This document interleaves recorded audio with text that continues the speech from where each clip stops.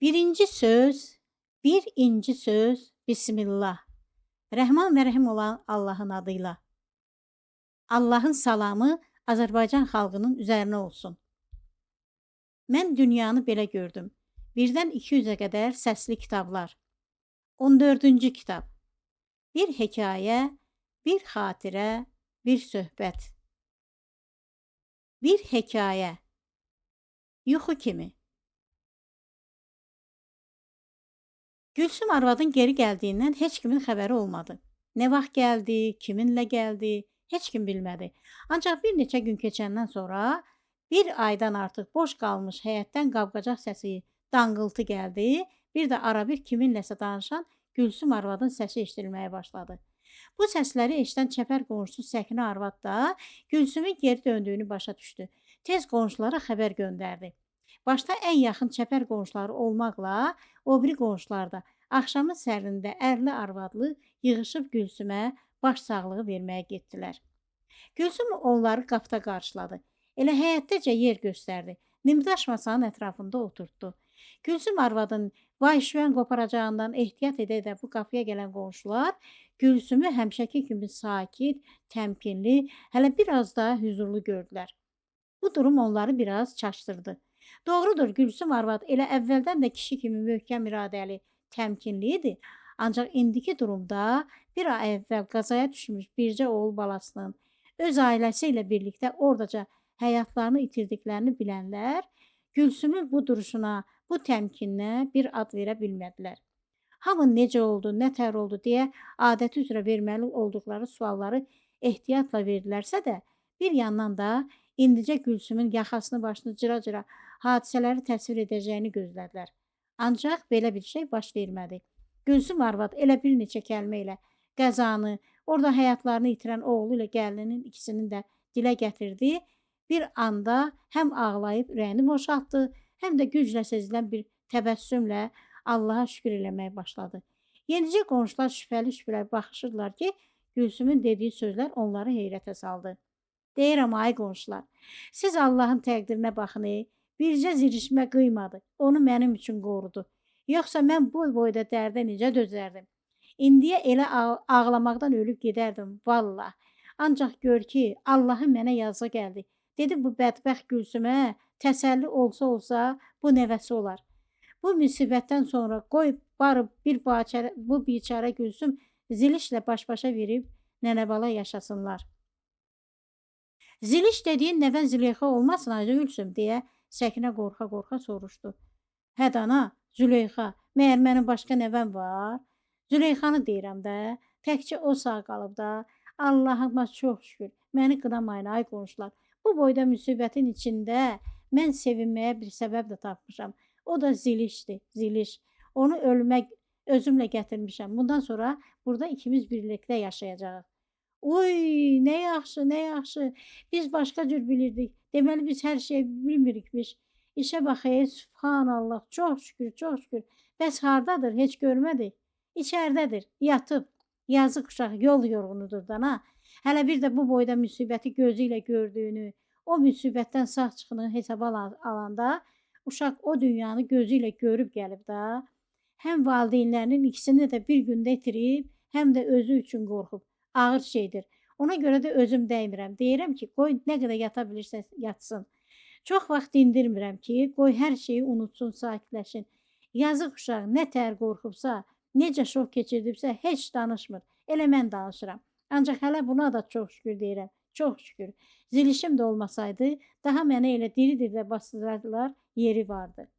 Qonşular biraz oturdular, Gülsümə səbir dilədilər, ölənlərə rəhmət oxudular, qalxıb getməyə izin istədilər.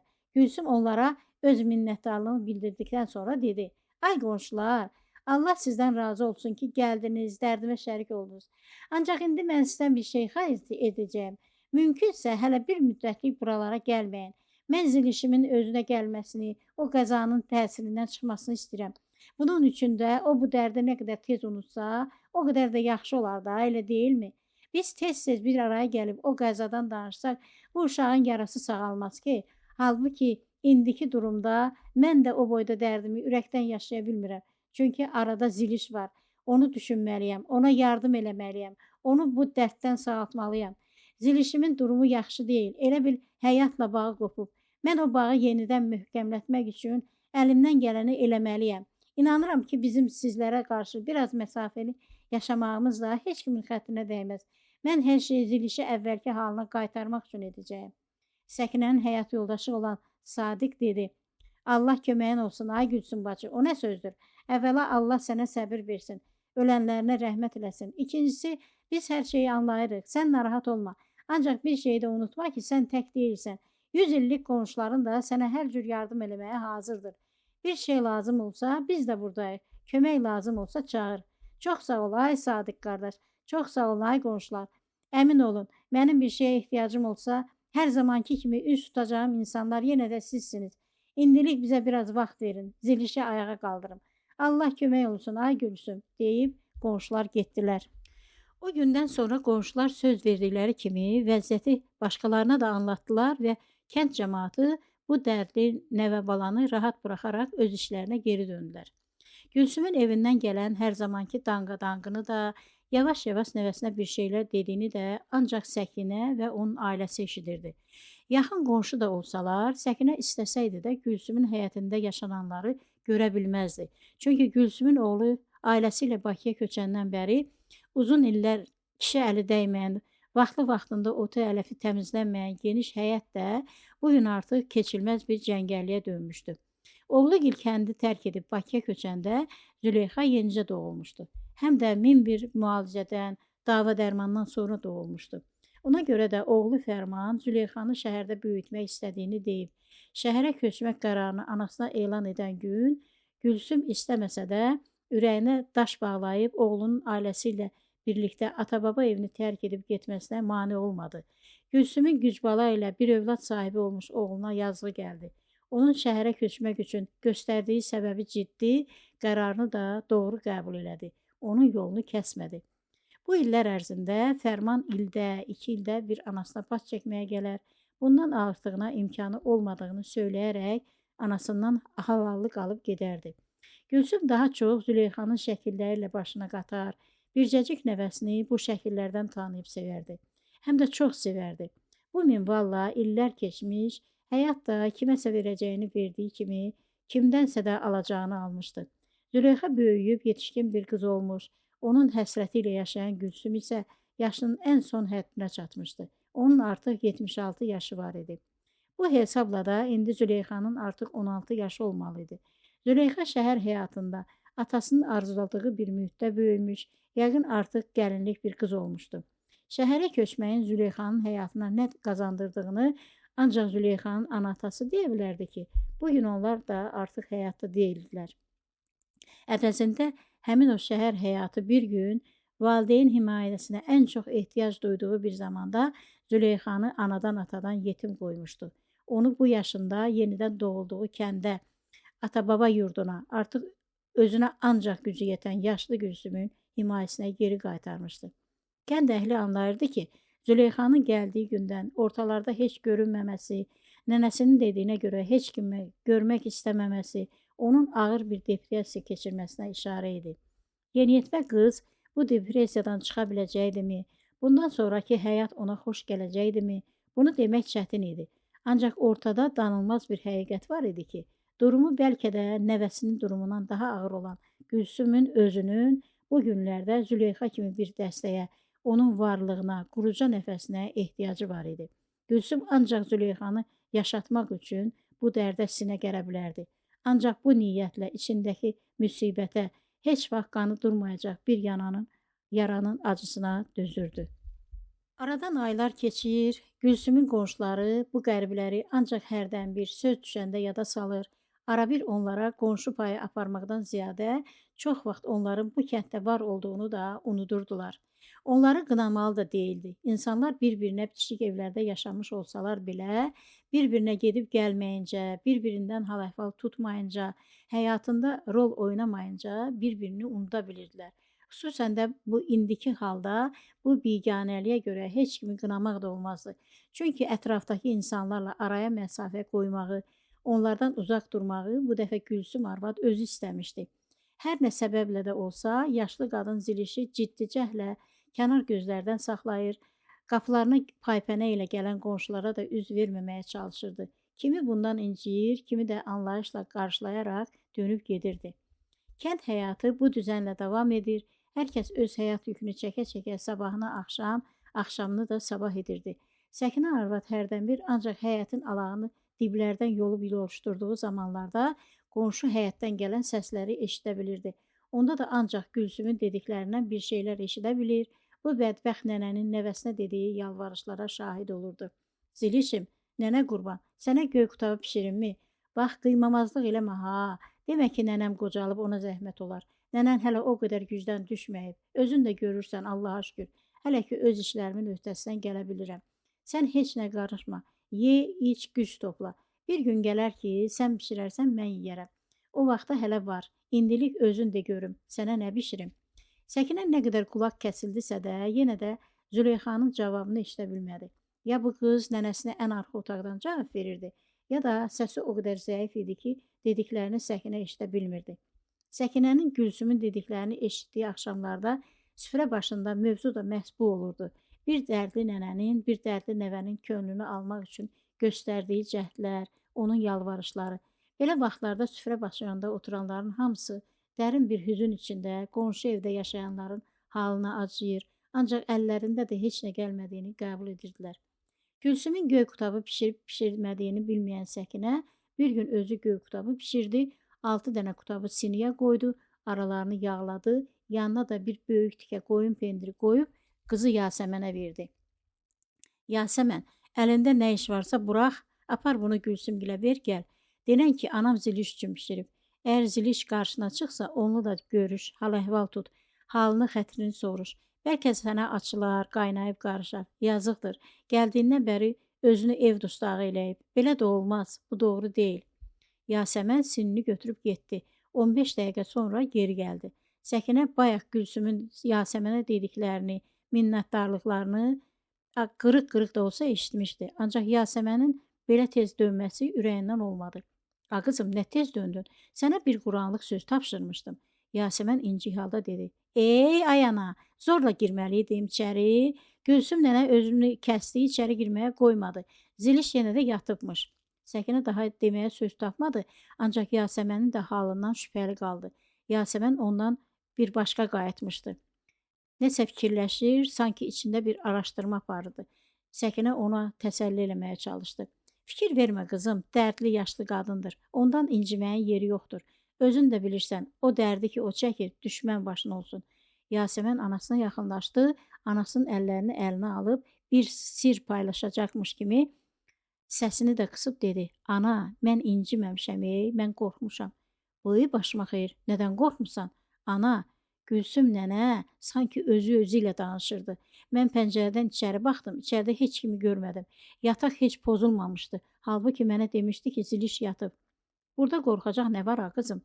Yəqin uşaq qalxıb o biri otağa keçib, Gülsümün də bundan xəbəri yox imiş. Eybi yoxdur, biz boynumuza düşənləri eləməyə çalışaq. İnşallah hər şey yavaş-yavaş düzələr. Aradan bir müddət də keçmişdi. Səkinə arvad bir gün rayondakı böyük bazara alış-verişə getməyə qərar verdi. Sadiq kişi hələ axşamdan tarlada vacib işləri olduğunu, bu yüzden onunla gedə bilməyəcəyini demişdi. Odur ki, Səkinə arvad Yasəməni də özü ilə götürməli oldu. Yasəmən anasına həm alış-veriş eləməkdə, həm də aldıqları şeyləri daşımaqda yardım edəcəkdi. Onlar kəndin ayağına kimi gəldilər. Buradan hər bir saatdan bir avtobus keçirdi. Hələlik avtobus görünmürdü. Ancaq dayanacaqda tək-tük taksi dayanıb müştəri gözləyirdi. Səkinə uzaq qohumları olan taksiçi Mahiri gördü, avtobusu gözləmək fikrindən daşındı. O yaxınlaşıb Mahirlə salamlaşdı, maşına əyləşdi. Nə yaxşı burada sanmış ay Mahir, yoxsa biz saatlarla avtobusu gözləyəcəkdik, o da ağzına kimi dolu gələcəkdi. Sənə zəhmət bizi bazara apar. Xasiyyətcə şux bir gənc olan Mahir də cavabında, başım gözüm üstünə day dostu, bazara da apararam, hələ istəsən geri də gətirirəm. Mən ölmüşəm bəyəm siz yollarda qalasınız. Allah səndən razı olsun ay Mahir. Hələ bir gedək çıxaq, sonrasına sonra baxarıq. Lazım olsa sənə xəbər eləyərəm, gələrsən. Mahir oradan buradan danışa-danışa maşını sürür, Səkinə onun söhbətinə qarşılıq verir, Yasəmən də yolun kənarındakı gözəllikləri seyr edirdi. Kəndin yaxşı vaxtı idi. İlk bahar yağıntılı keçmişdi deyə Yolun kənarında gözəllikləri seyr edirdi. Hər tərəf yamyaşıl idi. Kəndin qoyun quzusu, mal-qarası dağların ətəyinə yayılaraq yaşıl otdan xımır-xımır yeyirdilər. Bu görüntüdə burada otlayan heyvanların öz durumlarından məmnun olduqları genindən də bilinirdi. Bu ilin bolluğundan onların payına düşən də bərəkətli torpaqların yaşıl otdan da bol olması idi. Bir xeyli getmişlər ki, birdən Mahir nəsə xatırladı. Yaxşı yadıma düşdü, day dostu, Gülsüm xala necədir? Ovuna bildimi? Gərçi Allah göstərməsin, dərd də dərd deyil, müsibətdir. İndi necədir? Səkinə də Mahir kimi Gülsümün qəziyyəsini xatırlayıb kədərləndi. Nə deyim ay bala, özün demişkən, elə bir müsibətdən sonra hansı ana ovuna bilər? Nə yaxşı keç olmasa tək qalmadı da. Allahın ona yazığı gəldi. Onun bu dərdi ilə tək qalıb ömrünün sonuna kimi ulamasına rəva görmədi. Mahir təəccüblə güzgüdən Səkinəyə baxdı. Kim var ki yanında? Kim olacaq? Nəvəsi Züleyxa. Mahir bir qəfil maşını yolun sağına çəkib saxladı. Day dostu, sən nə deyirsən? Necə yəni nəvəsi? Onun bircə nəvəsi yox idimi? Hə, bircə nəvəsi var. O da indi yanında onunla birlikdə yaşayır. Ola bilməz, bu mümkün deyil. Axı niyə? Ona görə ki, əvvəla o qazidən sonra onu bura mən gətirmişəm. Yanında da heç kim yox idi. İkincisi də o faciə barədə qəzetlərdə məlumatlar çıxmışdı. Oxumamısınız? O məlumatlarda Züleyxanın da öldüyü yazılmışdı. Öz gözlərimlə oxumuşam. Hələ hadisə yerindən şəkillər də var idi. Kamazın altında qalmış maşından 3 meyit çıxartmışdılar. Yəni qız da ölmüşdü. Səkinə də həyəcanlandı. Vay başıma xeyir. Bu necə ola bilər Mahir? Qadın tək deyil deyirəm sənə. Bütün günü nəvəsi ilə danışır. Onun qayğısını çəkir, üstünə titrəyir. Biz bütün günü bunu eşidirik, bunu bilirik. Mahir səsini qaldırdı. Mən də sənə onu özüm gətirmişəm deyirəm. Tək idi deyirəm. Bəs buna nə deyirsən? Bismillah. Bəs o yanındakı kimdir? Söz bura çatmışdı ki, Yasəmən heç gözlənilmədən söhbətə müdaxilə elədi. Heç kim. Mahir də Səkinə də ona sarı dönüb bir ağızdan soruşdular. Necə yəni? Belə ki, biz o evdə bu günə kimi də Gülsüm nənədən başqa heç kimi görməmişik. Düz demirəm ana, haça getdikcə gah yatıb dedi, gah depressiyadadır dedi, bir sözlə bizi içəri buraxmadı. Biz də heç kəsi görmədən qayıdıb getdik. Yalan demirəm ki, o gün də sənə dedim ki, Gülsüm nənə elə bil özü ilə danışırdı. Otaqda heç kim yox idi. Səkini əlini ağzına tutub qorxa-qorxa dedi. Vay Allah qorusun, bu nə demək olur ay bala? Yoxsa Mahir onun fikrini bu sözlərlə tamamladı. Tamamilə doğrudur. Çox ola bilər ki, o faciənin şokundan qadının ağlı başından gedib. Və Züleyxanın yanında görməsi necə olsun? Bu nə demək olur? Çox güman ki, Züleyxa onun gözünə görünür. Belə bir xəstəlik var da, insan bir qəfil şok keçirdir, reallıqdan uzaqlaşır, keçmişlə yaşamağa başlayır, yaxud da gözünə görünəni gerçək bilir. Yəqin ki, Gülsüm xalanın da xəstəliyi ondandır. Səkinə mat-mat baxdı. Bu heç yaxşı şey deyil ki, ay bala. Yazıq bacım, bədbəxt bacım. Bəs indi necə olacaq? Mahir bir müddət qəmli-qəmli oturdu, sonra geri çevrilib dedi. Day dostu, sənin bazarlığın çox vacib deyilsə, gəl biz əvvəlcə rayon xəstəxanasına gedək, vəziyyəti doktorlara anladaq, sonra onlar nə məsləhət edərlərsə, biz də onu edərik. Sənə söz verirəm, səni bazara da aparacağam, geri də qaytaracağam. Ancaq indi məncə daha vacib məsələ Gülsüm xalanın vəziyyətidir. Bilirsənmi, bu ağılla başına hər şey gələ bilər. Yazıqdır. Dünya insanlıqdan çıxmayıb ki, biz varıq. Nə qədər gec deyil, həkimlər ona bir əncam etsinlər. Gəl Allah rizası üçün indi biz bu məsələ ilə məşğul olaq. Nə deyirsən? Səkinə yazıq-yazıq baxıb dedi. O nə sözdür oğlum? Mən bu yerdə başqa nə deyə bilərəm? Allah səndən razı olsun. Əlbəttə, sən necə deyirsən, elə deyiləyək. Sən söz danışdın, bu yazıq mənim gənclik rəfiqəm, gör qonşumdur. Onun yolunda nə desən eləməyə mən də hazıram. Həmin gün Mahir maşını bazara deyil, rayon xəstəxanasına sürdü. Səkinə, Yasəmən, Mahir hər üçü Gülsüm arvadın durumu barədə bildiklərini, düşündüklərini danışdılar. Doktorlardan yardım istədilər. Doktorlar da onların söylədiklərindən vəziyyətin ciddi olduğu qənaətinə gəldilər və qərar verdilər ki, sabah səhər kəndə gəlsinlər, hər şeyi öz gözləri ilə görsünlər. Həkimlər öz sözlərini tutdular. Ertəsi günün səhəri kəndə Gülsüm arvadın evinə bir həkim briqadası gəldi. Onlar evi gəzib dolaşdılar, ancaq heç yerdə Züleyxanın izinə rast gəlmədilər. Onun yoxluğuna, heç vaxt burada olmadığına şahid oldular. Halbuki Gülsüm yenə də onun içəridə yatdığını söyləyir, onu oyadacaqlarından ehtiyat etdiyini deyib dururdu. Gülsüm arvad əl-ayağa düşüb doktorlara Züleyxanı narahat etməsinlər deyə yalvararkən, Səkinə kənarda yaylığının ucunu gözlərinə tutaraq için-için ağlayırdı. Aradan keçən zaman ərzində nəvəsi ilə birlikdə yaşadığını düşünən, onun üçün nəsə eləmək adına bütün gününü həyətdə keçirdən Gülsüm arvadın evi böyük bir zibilliyə çevrilmişdi.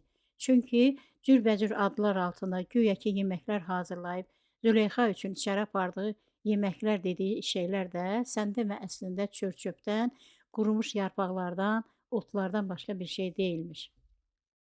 Elə həmin gün həkimlər Gülsüm arvadı xəstəxanaya apardılar. Onu orada müayinə elədilər, keçirdiyi ağır şokdan ağlının qarışdığı diaqnozu ilə onu ruhi xəstələri yatırtdığı qapalı xəstəxanaya yerləşdirdilər. Görülən bu tədbirlərin hamısı Gülsümün etirazı ilə müşayiət olunduğundan onu dəli yerinə gətirmişdi. O, durmadan doktorlardan evə buraxılmasını tələb edir. Zilişin orada tək qaldığını deyib dururmuş. Mahirlə Səkinə arvad arada gedib doktorlarla görüşürlər. Xəstənin vəziyyəti ilə tanış olurlar. Ancaq aldıqları məlumatlar heç də ürək açıcı deyildi. Gülsüm arvad ipləmə dəliyə dönmüşdü. Elə hey ziliş deyib dad edirdi. Həkimlər onu sakitləşdirmək üçün çox tədbirlərə əl atırdılar. Ona güclü, sakitləşdirici dərmanlar verirdilər. Ancaq bunun da faydası olmurdu. Biraz sonra Gülsüm o dərmanların təsirindən çıxır, səsini başına atıb qışqırır, evə zilişin yanına getmək istədiyini deyirdi. İş o yerə çatdı ki, həkimlər bir araya gəlib qərar verdilər. Gülsümə həqiqəti demək lazım idi. Onlar bir yerdə Gülsümün yanına getdilər. Yavaş-yavaş hər şeyi Gülsümə olduğu kimi danışdılar. Züleyxanın da o qəzada öldüyünü söylədilər. Gülsüm bu xəbərə inanmadı. Başını gözünü yolaraq bir gün axşama kimi ağladı. Sakit olandan sonra da eyni şeyləri dedi. Evə getmək istədiyini, zilişin orada tək qaldığını söyləyib durdu.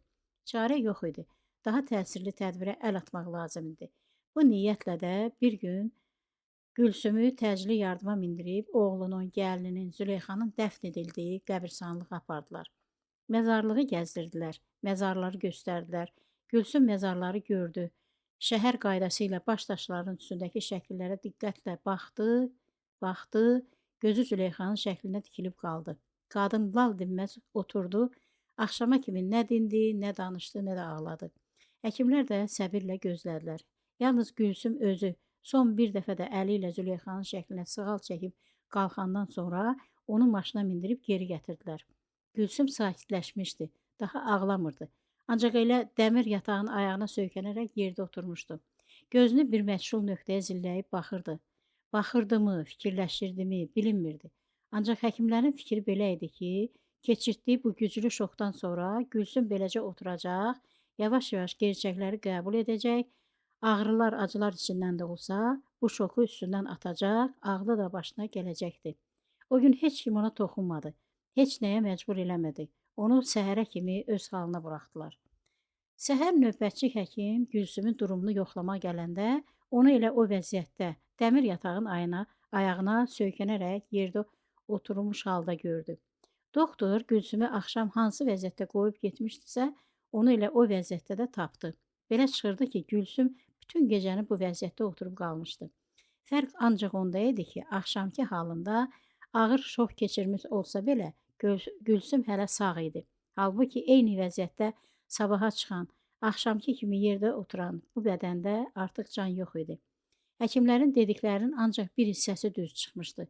Görünür keçirtdiyi ağır şokun təsiri ilə Gülsüm doğrudan da ayılmış, nə baş verdiyini sonuna kimi anlamışdı. Ancaq həkimlər bircə şeydə yanılmışlar. Gülsüm həqiqətləri olduğu kimi anlayandan sonra onun ürəyi bu dərdə dözə bilməmişdi.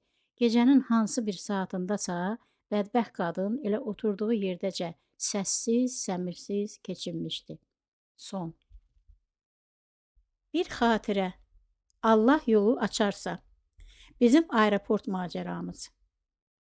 Biz son zamanlar Azərbaycana üz tutanda Avropanın müxtəlif yerlərindən qalxan, lakin o başı Tbilisi olan marşrutlardan istifadə edirdik. Burada ilkin şərt biletlərin nisbətdə xeyli ucuz olması idi ki, bu da tək bizim üçün yox, Avropada yaşayan bütün Azərbaycanlılar üçün önəmli bir əhəmiyyət kəsb edirdi. İldə bir və ya bir neçə dəfə ailecə vətəni ziyarətə getmək istəyənlər üçün bu çox uyğun marşrut idi.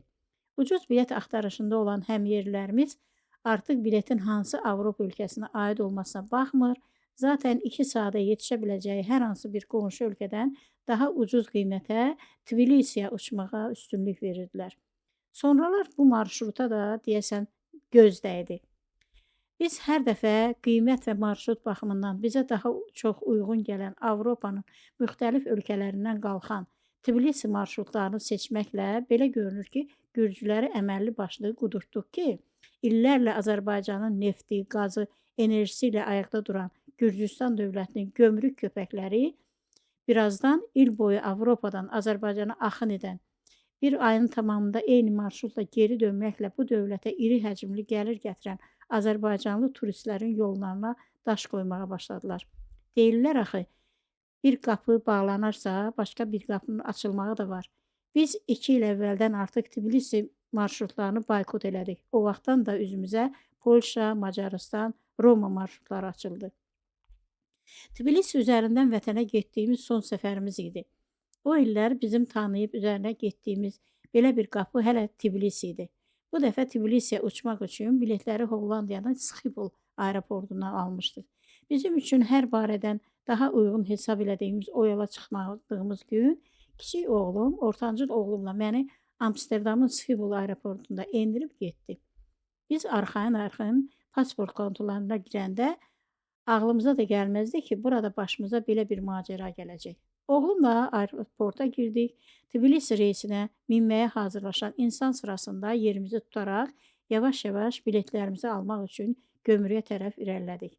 Nəhayət bagajlarımızı təhvil verdik. Aeroportun pasport qeydiyyatını aparan dolu bədənli zənci qız bizdən pasportları istədi. Mən də əvvəlcədən arasını açıb əlimdə hazır tutduğum pasportları ona uzatdım. Bizim elektron kimliklərimiz də pasportların arasında idi. Bəlkə də bu mənim səhvim idi ki, o kimlikləri pasportun arasından götürməliydim. Ancaq son səfərimdən yadımda elə qalmışdı ki, sanki o elektron kimliklər də pasportla birlikdə təqdim edilməli idi.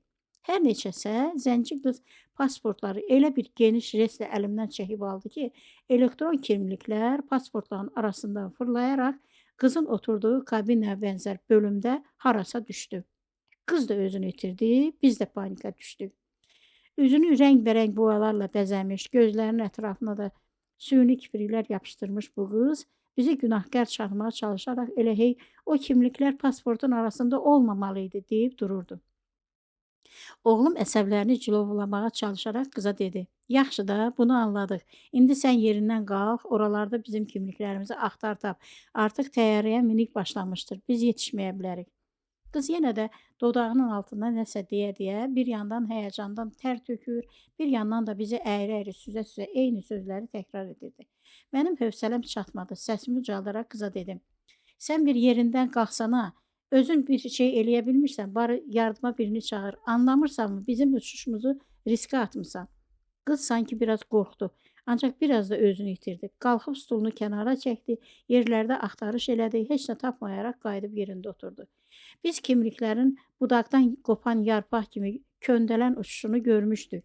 Gümanımız bizə kimliklərin baqajı aparan elevatorla döşəmənin arasında bir yerə düşdüyünü deyirdi. Qız isə elə ayaqlarının altında axtarış edib yerinə oturmuşdu. Mənim səbrim tükənirdi. Fikrim kimliklərimiz tapılmasa nələr olacağına gedir, ürəyim sıxılmağa başlayırdı. Qara qızın bir yandan arxayın, astagəl hərəkətdə mən dəli edirdi.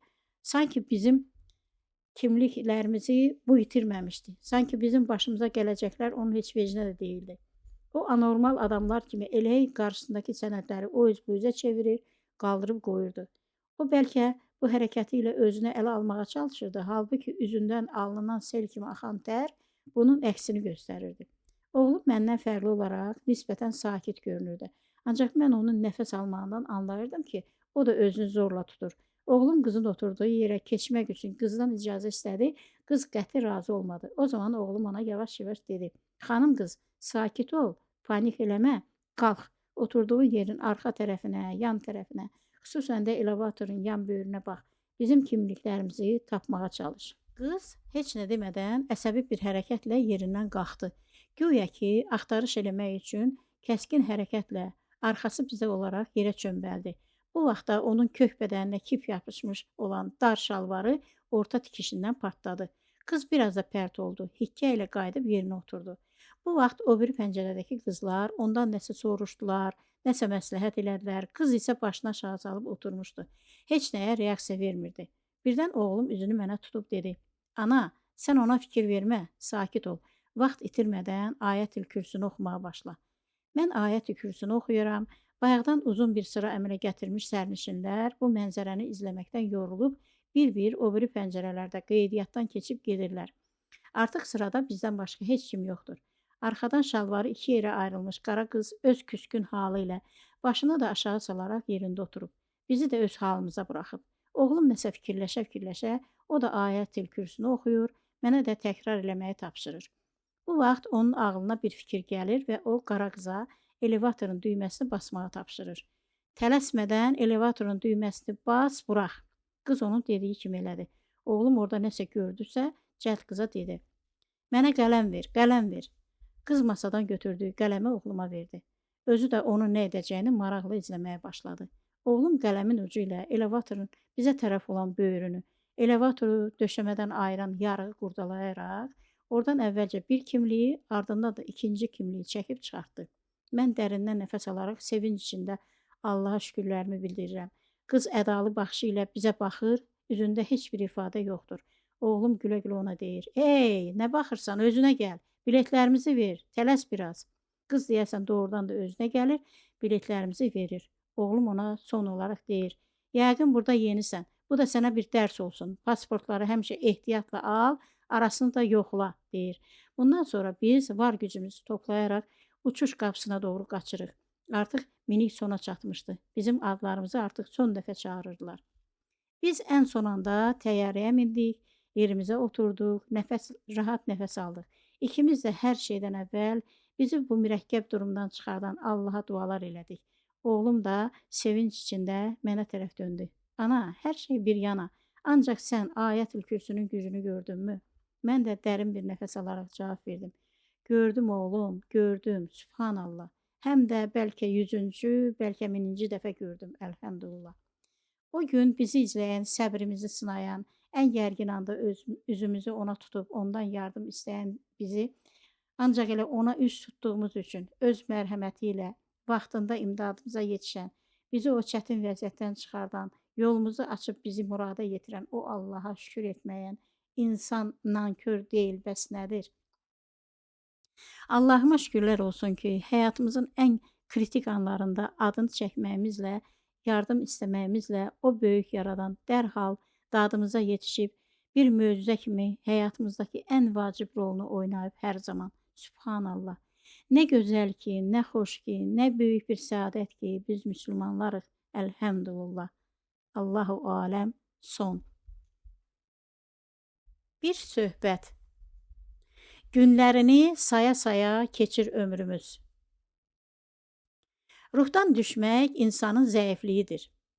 Həyat zaten çətindir. İnsan zaten yorğundur. Ailə içi tartışmalar, övladlarla anlaşmazlıqlar, sosial durumdakı axsatmalar və bunun nəticəsi kimi hər kəsi divara dirəyən keçimsizlik, cəmiyyətdəki uğursuz siyasi çəkişmələr insanı çoxdan yorğun salmışdır. Bir yandan da hər il bir yenisinin xəbəri gələn qlobal olaylar da var ki, hər birinin özü gəlmədən əvvəl cəmiyyətlərə onun nəfəsi gəlir, xofu gəlir, hətta qorxusu gəlir. Nə qədər desək də ki, insan güclü məxluqdur, bu sözə inanaraq özümüzü də aldatmamalıyıq. Etiraf etməliyik ki, insan yalnız fiziki cəhətdən güclü məxluqdur ki, hələ bu da nisbi göstəricidir. Hamı güclü olmaya bilər. Heç kəs də mütləq güclü olmaq zorunda deyil.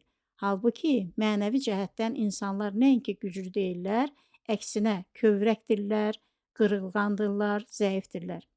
Bir insanın iradəsi çox şey qaldıra bilər, çox şeyə duruş gətirə bilər. İradə ki, aldığımız tərbiyəyə, yaşadığımız həyatın vərdişlərinə, böyüdüyümüz mühitin şərtlərinə bağlıdır. Çox ola bilər ki, bir insan iradə baxımından başqalarından fərqlənər, çox ağır mənəvi yükü qaldırar, çox şeyə dözər. Ancaq bu da nəticə etibarilə ölçü vahidinin mində birinin göstərici ola bilər ki, bu da bütün insanlığın sahib olduğu bir xüsusiyyətin göstəricisi kimi qəbul edilə bilməz. Əksər insan zəifdir, həm iradə və güc baxımından, həm də mənəvi cəhətdən. Araşdırmalar da ancaq əksəriyyət üzərində aparıldığından, əldə edilən nəticələr də əksəriyyət üzərindən adılan nəticələrə təyin edilir. O zaman da ortaya bir nəticə çıxır ki, insan zəif məxluqdur. Baş verəcək yeni iqlim dəyişikliklərinin, yeni müharibələrin, yeni qorxulu xəstəliklərin hələ sadəcə xəbəri gəldiyində fitrətində özünü, ailəsini, övladlarının gələcəyini düşünmək, onları bütün bu bəlalardan qorumaq kimi bir proqramı olan insanların panika düşmələrini, bayaqdan da zəif düşmüş mənəviyyatlarına dəyən bu yeni zərbələrin vurduğu təsir gücünü müəyyən etmək artıq çətin olmamalıdır.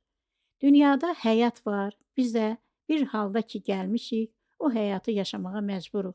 Biz o həyatı necə yaşayırıq, qarşımıza nələr çıxır, başımıza nələr gəlir, gücümüzü, qüvvətimizi, enerjimizi nələrə sərf edirik.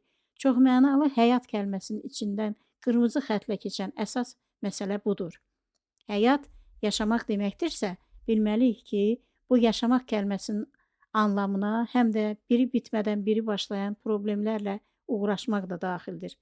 Həyat kəlməsi kimin üçün nə anlama gəlirsə gəlsin, kimin ağlında nə görüntülər əmələ gətirirsə gətirsin, hər kəs bilir ki, bu kəlmənin içi bitib tükənməyən mücadilələrlə doludur. Və insan istəsə də, istəməsə də bu yorucu mücadilələrə sürüklənir, onlarla savaşmaq məcburiyyətində qalır. Yaranışdan fitrətində var olan o dirəniş tez-tez köməyinə gəlsə də, çox yerdə ona dəstək olsa da, insan yorulur, ümidini itirməyə, bəzən hətta hardan gəldiyini, niyə gəldiyini belə bilmədiyi, səbəbini anlamadığı qorxulara təslim olmağa başlayır.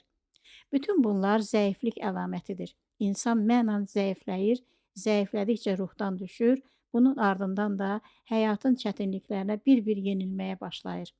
İnsan üçün ən təhlükəli durum budur. Və bu durum bütün normal insanlarda eyni cür başlayır. Yalnız sonraki etaplarda müəyyən səbəblər ortaya çıxa bilir ki, insanın öz seçimlərinə bağlı olaraq o səbəblər bu durumu müxtəlif istiqamətlərə aparmağa, müxtəlif cür inkişaf etdirməyə başlayır, müxtəlif nəticələrə gətirir. Fərq ancaq bu yerdədir. Əgər bir insanda iman yoxdursa, əgər insan Allaha inanmırsa, yaxud o iman yalnız boğazdan yuxarı deyilən boş sözdən başqa bir şey deyilsə, deməli onun arxasında mənəvi dayanağı, dini sütunu da yoxdur. O zaman həmin o insan bilməlidir ki, onun işi çətin olacaq. Necə çətin olmasın ki, hüdudlarını təsəvvür belə edə bilmədiyimiz geniş bir dünyada, elə bir dünyada ki, bugün bir ucundan o biri ucuna kimi, hər yeri palçıq vulkanı kimi qaynayır, o vulkan da dünyaya çirkin əməl, günah, fitnə püskürür.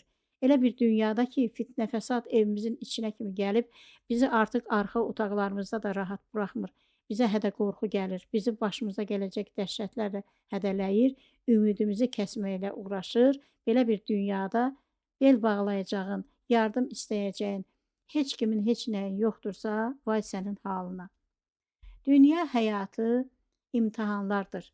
Ancaq imanı olmayanların imtahanı daha ağır, daha dözülməz olur. Çünki imansız insan həyatın gətirdiyi bütün bəlaların, fitnə fəsadların, böyük-böyük problemlərin qarşısında təkdir, köməksizdir, cılız və gücsüzdür.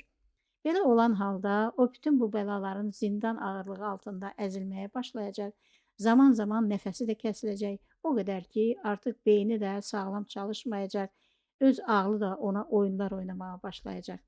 İş o yerə çatacaq ki, insan artıq öz ağlına da güvənməyəcək. An sonra ağlını da, iradəsini də min bir fitnə törətdiyi səbəbilə cənnətdən qovulmuş o məlun şeytana təslim edəcək.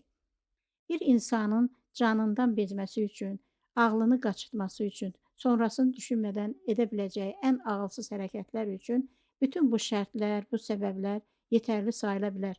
Çünki artıq hər şey insanın ən zalım, ən qəddar düşməni olan şeytanın əlindədir. Və əgər bir insanda iman yoxdursa, acınacaqlı sonluq onun nəsibidir. Çünki dünyada nə qədər günah və qadağa qapıları varsa, məlun şeytan onların hamısını bir zəif insanın yolunun üstünə düzmüşdür. Üstəlik bu qapılar 7 gün 24 saat iradəsiz insanın üzünə açıq olmaq şərti ilə onun yolunu gözləyir. Bir yandan qorxu, bir yandan təhdidlər, hədələr, bütün bu təsirlərin qarşısında heç bir qoruması olmayan zəif insanı yavaş-yavaş o qapılara doğru aparır. Musiqi də şeytanın silahlarından bir silahdır. Üstəlik qarışıq musiqi alətlərindən gələn yeksənək səslər kimi beyinləri laxladan, çalxalayan, şüurlara baskı yapan bu qədər güclü ikinci bir silahı da yoxdur şeytanın. Bu təhdidlərin bəzən cəlbedici, bəzən bezdirici təbliğatın qarşısında qoyacaq heç bir gücü olmayan insan az sonra mütləq bu açıq qapılardan birindən girəcəkdir. Bu da bir insanın günahlarla dolu həyatını bir də daha bir günah etməklə sonlandırması olacaq ki, bu da son zamanlar insanlar arasında geniş yayılmış intihar adlı bir vaqiədir. Halbuki bu gediş axirətdəki iki seçənəkdən birinə atəşə aparan yoldur. Bunu da biz Allahın kitabı Qurandan oxuyuruq, hökmlərindən bilirik. Allahın hökmü belədir ki, Allah intihar edənləri heç vaxt bağışlamayacaqdır. Allahu aləm. Ancaq bir də ikinci bir yol vardır. Başda Allahı, sonra öz cismimizi və ruhumuzu, sonra sağ və sol çiyimizdə oturan mələkləri, hətta ailə üzvlərimizin hər birini razı sala biləcəyimiz daha bir yol, daha bir sistem var ki, o yolu tutanların bəlkə özlərinin də xəbərləri yoxdur ki, onların nə bu dünyadakı, nə də axirət dünyasındakı qazancları hesaba gəlməyəcək qədər böyük olmaqla qalmır, hətta hər gün artmaqda davam edir. O yol iman yoludur. İnsan imana gəldiyi gündən ona elə gəlir ki, arxasını uca bir dağa söykədi. Elə həmin an insan bir gücün, bir ilahi qüvvənin qüdrətini hiss eləməyə başlayır. O gücə, o qüdrətə sığınır. Hər şeydə belə başlayır. Vacib deyil ki, həmin günün ertəsi iman edən şəxsin sandıqları ləl-cəvahiratla dolsun, malı mülkə aşsın, darsın. İman elə bir xəzinədir ki, o insanın ruhunu da, cismini də dəyişdirir. Onu bu yeni halı ilə qoruma altına alır. Onun qəlbini mənfi düşüncələrdən, həyatını çirkin hərəkətlərdən, günah dolu əməllərdən təmizləyir. İman bundan əvvəl varlığımızı əsir almış hər çirkin əməli pozmaqla qalmır, üstəlik onları yenisi ilə, daha təmizi, daha sağlam olanı ilə əvəz edir. İman bizə buyurur, biz də əməl edirik. İman nur saçır, biz də o nurlu yolu tutub gedirik. İman aparır, biz də gedirik. Qorxular, həyəcanlar, fitnə dolu xəbərlər artıq bizimlə ayaqlaşa bilmir. Bizdən çox geridə qalır. Çünki biz artıq o keçmiş həyata tövbə eləmişik, o keçmişə məndən uzaq dur deyərək savaş açmışıq. İman edən insan bir gündə, bir anda dəyişir, başqa bir insan olur. İman bircə anda insanın gözündəki qəflət pərdəsini qaldırır. Həyatında, həyatda var olub bizə lazım olan hər şeyində yeni üzünü, yeni dəyərini, yeni qiymətini göstərir bizə. Ömür boyu tanıdığımız, bildiyimiz, gördüyümüz, eşitdiyimiz nə varsa, imana gəldiyimiz andan onların mənası da dəyişir, bizim yeni əqidəmizə uyğun olaraq yer də dəyişdirir. Bayaqdan sevdiyimiz elə şeylər olur ki, biz onları kəsib atır, bundan əvvəl sevmədiklərimizi, şübhə ilə yanaşdıqlarımızı isə həyatımıza qəbul edir, hətta başımızın üstünə qoyuruq. Buna inanmaq nə də qədər çətin olsa da, iman belə bir şeydir. Onun gücü, qüvvəti, qüdrəti ancaq ona sığınanlar üçün bu qədər gerçək olur. Bütün bu həqiqətləri tanımaq üçün, dadını, ləzzətini bilmək üçün, bir palçıq vulkanı kimi qaynayan həyatda huzur tapmağı istəyən üçün haqqın tək və yeganə qapısı olan tövbə qapısı ömrün sonuna kimi aldığı nəfəs bir insanın bədənini tərk etdiyi o son ana kimi açıqdır. Tövbə edib yeni həyata başlamaq, yenidən doğmaq kimi bir şeydir. Gördüyün nə vardısa, bildiyin, yediyin, içdiyin nə vardısa, sən onları yeni insan olaraq ilk dəfə görəcəksən. Gördüyün hər şeyin gözəlliyinə varacaqsan. O qədər ki, bundan əvvəl heç də fərqində olmadığın bir yarpağın üstündəki incə çizikləri də sənə böyük bir möcüzə kimi görünəcək. Onda anlayacaqsan ki, sən əvvəlki adam deyilsən, artıq başqa bir adamsan. Və dünyanın gözəlliyinə, kamilliyinə, var olan hər şeyin bir möcüzə qədər inanılmazlığına odaqlanmış baxışların səni hər gün biraz da dəyişəcək, səni dolğun, hər barədən tamamlanmış insan halına gətirəcək. Sən tövbə etdiyin gün Allaha iman etdin, onu tanıdın, ona güvəndin. O da qüdrətli bir yaradıcı olaraq səni yenidən inşa elədi. Bu yeni, hələ də tamamlanmağa davam edən varlığınla sən artıq Allaha güvənirsən. Odur ki, nə başladılan savaşlar, nə gələn xəstəliklər, nə dünyanı saran quraqlıq, nə sel daşqınları səni qorxutmur. Çünki sən artıq məsələnin məğzini bilirsən. Bilirsən ki, hər işdə o qüdrətli yaradanın təqdiri, bir planı, bir hikməti var. Bilirsən ki, o hər şeydən xəbərdardır. Bilirsən ki, hər çətin məsələnin həlli, hər sualın cavabı ondadır. Allahu aləm. İnsan iman sahibi olduqdan sonra artıq öz dəyərini də bilir, özünü öz gözündə böyüdür. Odur ki, o da baş verənlərə öz münasibətini bildirməklə, əleyhinə olanlara etiraz etməklə heç nəyə laqeyd qalmır. Çünki bilmiş və qəbul eləmişdir ki, Allah insanı ən başdan şərəfli yaratmışdır. Bugün də şərəfsiz insanların çoxluq təşkil elədiyi bir toplumun içindən o səni və sənin kimi iman sahiblərini seçmişdir. Şərəfli insan hər cəhəti ilə başqalarından seçilir. Ona qara qışqırıq salmaq da yaraşmaz. O təmkinlidir. Çünki onun başına gələnlərin qarşısını alacaq qüdrətli bir qüvvə var. Allah var, onun hökmü var, onun qüdrəti var, onun ədaləti var. Bir düşünün ki, bunları bilən, bunlardan arxayın olan insan nə qədər sakit olur, təmkinli olur, ağlını itirmir, hər eşitdiyinə uymur. Bu cür həyat sürmək imansız insanın həyatından o qədər fərqlidir ki, hərdən bu qəbildən insanların nə qədər düşüncəsiz, cahil olduqlarından dəhşətə gəlirsən. Dünyada baş verən bəlalara deyil, bu cahil insanların bu qədər kör olmalarına heyrət edirsən. Üstəlik bütün dövrlərdə belələri çoxluq təşkil edirlər həm də. Allah onları islah eləsin. Halbuki Allaha inanmaq kimi salih bir yol var. O yolda xeyir-bərəkət var, abır-həya var, dostluq, qardaşlıq var, gözəl əxlaq var. Qız övladlarımız üçün nazəndə bir xanım kimi yetişmək, oğul balalarımız üçün cəsur, qeyrətli, qəhrəmanlar kimi böyümək var. Valideynlər üçün səbirli, təvəkkülli, fədakar ata, ana olmaq var. O yolun da sonu ölümdür.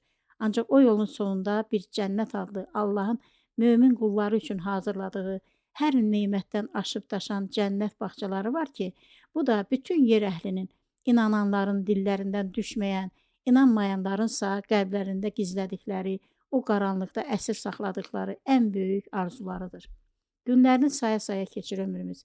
Biz özümüzə bir də yaşadığımız həyata baxanda, hətta bugün durduğumuz bu yerdən də həyatımızın harda bitəcəyini təxmin edə bilərik. Yetər ki, bugün hansı yolu getdiyimizə, hansı qüvvəni təqbil edəyimizə diqqət edək. Unutmayaq ki, seçim hər zaman bizimdir. Bu haqqı bizi yoxdan var edən Rəbbimiz hər birimizin özünə buraxmış, bu haqqı hər kəsin özünə vermişdir. Bu da o deməkdir ki, kimin hansı yolu gedəcəyinə hər zaman ancaq və ancaq o özü qərar verir. Odur ki, yolun sonunda, xəyal qırıqlarına uğrayanda insanlar heç günahkar axtarışına çıxmasınlar. Onlar əvvəlcədən bilsinlər ki, haqqın mizan tərəzisində ortaya çıxan nəticədən dəhşətə gəlib, günahkar axtarışına çıxsalar, hər kəs günahkar qismində qarşısında başqasını deyil, bir tək özünü görəcəkdir. Allahu aləm. Son.